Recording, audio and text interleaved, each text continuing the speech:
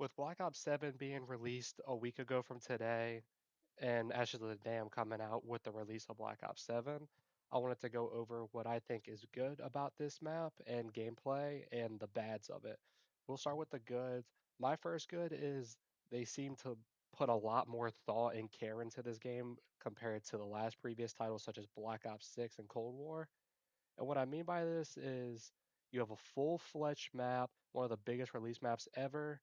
You have a great Easter egg, which you have to do stuff in every single part of the map just to get to this boss fight. The boss fight itself is really challenging, but it is a fun boss fight. It's not a gimmick, and it took me a few tries. Black Ops 6, I've done every Easter egg boss fight on the first attempt, so I'm very happy to see where this is going. This is a really good start to the new zombies.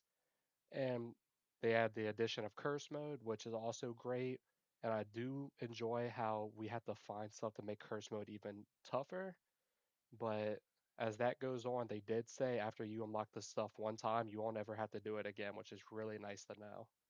As well, I am a really big fan of this layout. Like I said, I think everything in this map works really well in the new engine. I'm a big fan of Tessie, the addition, as you get to use it throughout the map to help you not only with the Easter egg, you can upgrade it and you can use it as a big vital piece in the boss fight, which will be even better after the boss fight is nerfed. And also, even if you don't like Tessie, as soon as you have half the map open, you can just use the launch pads, which are really cheap, which is also a really great way to get around the map. But I'm also a really big fan of the layout in all six of the named locations. I know some of them are kind of like remasters from like Transit. You have the Ascension part, but I think they did a really well done job with how they spaced everything out, the lands in between, and having Ash Point as the new like center part of the map. I think that part is really unique and works super well with this map. As well, I am a really big fan of this Wonder Weapon. I feel like this is the most unique Wonder Weapon we have had in the last few COD titles. It is really easy to get. The task can be a little bit tedious if you've done it a few times, but regardless, it does not take long at all. And it's very valuable. It's good against the Xursas. You can even heal from it. It's really good for the Easter egg step where you're in the lab and you cut your health down to 75 or 50 HP. But it's very vital. It's very reliable, which we've been waiting to see in a Wonder Weapon in the last few titles. And focusing on it now, I really do enjoy this boss fight. I think this boss fight was really well made. I really enjoy how the main focus point of this is using the truck, mainly just because it's unique, it's different. We've never had a boss fight quite like this. I think the boss could be nerfed a little, which it is being nerfed luckily. Those rockets it has are insane.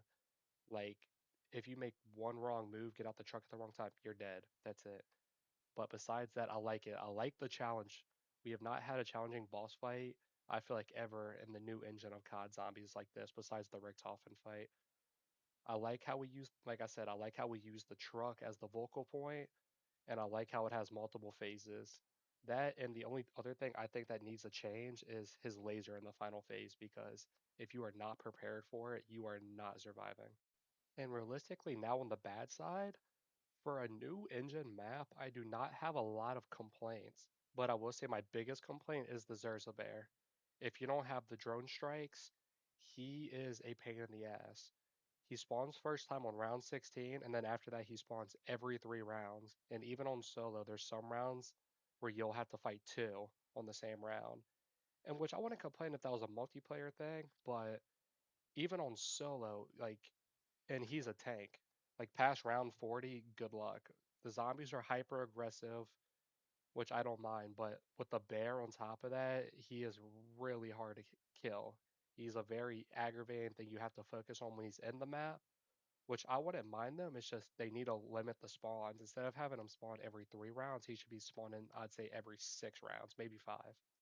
And really, my only two main complaints with the Easter egg, which the first one is kind of nitpicking, is that, again, with the Zerza Bear, I feel like it should be easier to get one to spawn early on. I know you can do that little side quest to get one to spawn, but I feel like there should be a dedicated way to spawn one early when you're ready to start the Easter egg, because starting an Easter egg on round 16 is not easy, especially because that's like one of the first main steps for this Easter egg, so you won't be getting to the boss fights like the round 30s or maybe even 40s.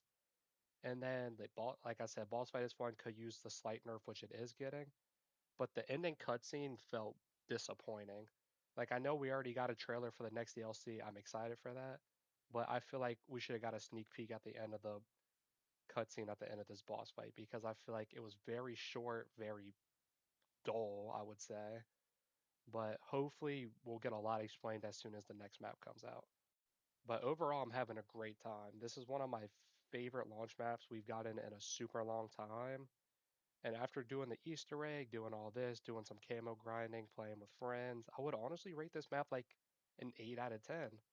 Like, Nerf deserves us, and I might even give it a 9, but we'll just see where that goes.